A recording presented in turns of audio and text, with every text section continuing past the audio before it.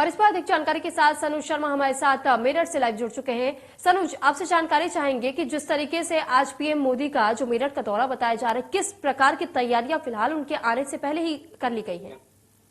हाँ, देखिए, प्रधानमंत्री के कार्यक्रम को लेकर मेरठ के लोगों में भारी उत्साह है। चूंकि आज मेरठ को नए साल पे एक बड़ी सौगात मिलने जा रही है।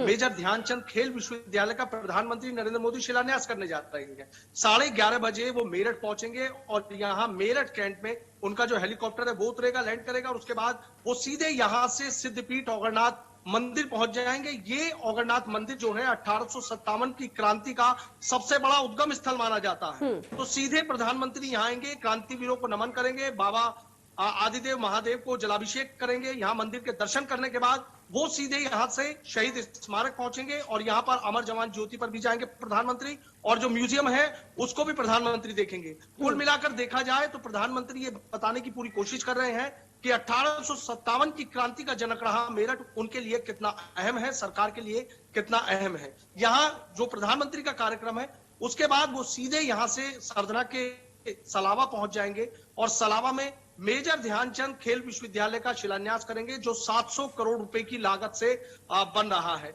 यहाँ जो खिलाड़ी हैं उनके सपने पूरे होंगे। सबसे बड़ी बात यह है कि देखिए, किसी में कोई प्रतिभा की कमी नहीं है। पश्चिम उत्तर प्रदेश की बात करें तो यहाँ के कई ऐसे खिलाड़ी हैं जिन्होंने नेशनल और इंटरनेशनल स्तर पर देश का नाम ऊंचा किया है, देश का नाम रोशन किया है, कई मेडल भी जीते हैं। लेकिन तमाम ऐसे खिलाड़ी भी रहे हैं जो सुविधाओं के अभाव में बीच में ही अपना सफर छोड़ गए।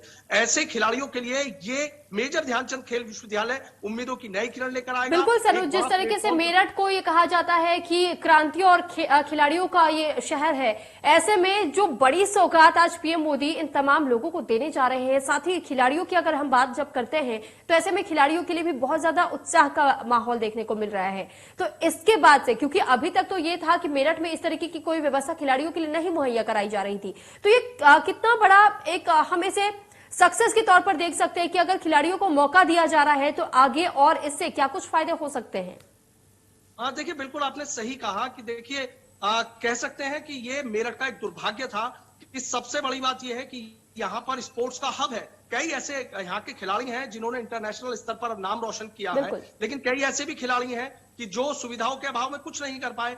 ऐसे में मेरठ में खेल विश्वविद्यालय का शिलान्यास होना अपने आप में एक बड़ी उपलब्धि है। हजारों लाखों युवाओं के सपने पूरे होंगे। स्पोर्ट्स हब है। सबसे बड़ी बात यह है कि देखिए, मेरठ की पहचान 1857 की क्रांति के जनक के रूप में कही जाती है कि 1857 को मेरठ से जो क्रांति अंग्रेजों के खिलाफ फूटी थी, उस क्रांति के बाद ही देश को आजादी मिली। वो बात अलग है कि आजाद होने में देश को करीब 100 साल लग गए, लेकिन उसकी जो ज्वाला है, अंग्रेजों के खिलाफ जो ज्वाला है, वो यहां से फूटी।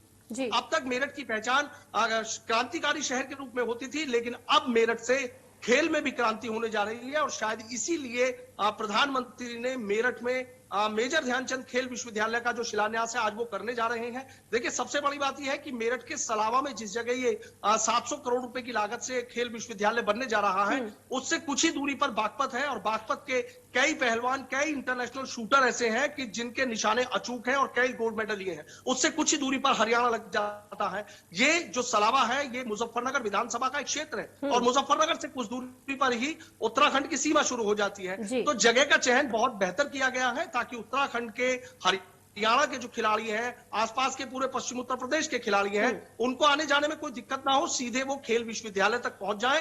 तो वाकई क्रांति शहर के लिए आज का लिए बड़ा दिन है कि अब यहाँ पर खेल को लेकर भी एक बड़ी क्रांति होगी। यहाँ के युवाओं के सपने पूरे होंगे।